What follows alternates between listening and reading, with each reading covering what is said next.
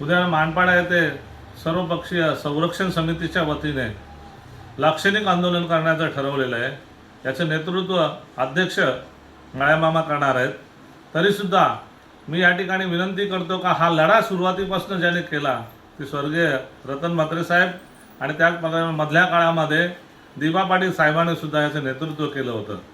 पण एकदा सर्वपक्षीय ही समिती असल्या कारणाने जनतेचं एकमत आहे, सगळ्या नेत्यांचं एकमत आहे। असं मधल्या काळामध्ये हा मुख्यमंत्री विलासराव देशमुख साहेब कैलासवासी यांच्याकडे प्रकरण गेल्यानंतर त्यांनी एका दिवसामध्ये निर्णय घेऊन हे गावं वगळली होती।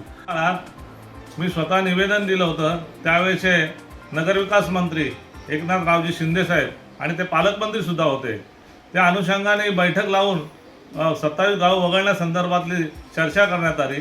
पण त्यावेळेस 18 गावं वगळली आणि 9 गावं महापालिकेत ठेवली। त्यानंतर कथाकथित मंडळी कोर्टात गेली आणि कोर्टात गेल्यानंतर आता सुप्रीम कोर्टामध्ये हा प्रकरण चालू आहे आणि सुप्रीम कोर्टात आमची समितीसुद्धा त्या ठिकाणी अप्रोच झालेली आहे बाळ्यामामा यांच्या अध्यक्षतेखाली। आणि त्या अनुषंगाने आज सुद्धा सुप्रीमचा निर्णय सुद्धा झालेला नाही, तरीसुद्धा इथे महापालिकेच्या या घडामोडी इलेक्शन संदर्भात चालू आहेत। पण आत्ताच्या सरकारने हा रेंगाळे टाकलेला जो कार्यक्रम आहे त्याला सुद्धा त्यांनी लक्ष दिलं पाहिजे। सरकारचं काम आहे जनतेला न्याय देणे।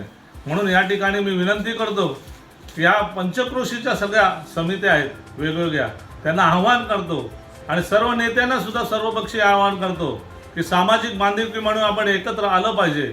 हा आपला अस्मितेचा प्रश्न आहे, हा आपल्या पुढच्या भविष्याचा प्रश्न आहे, हा आपला न्याय हक्काचा प्रश्न आहे।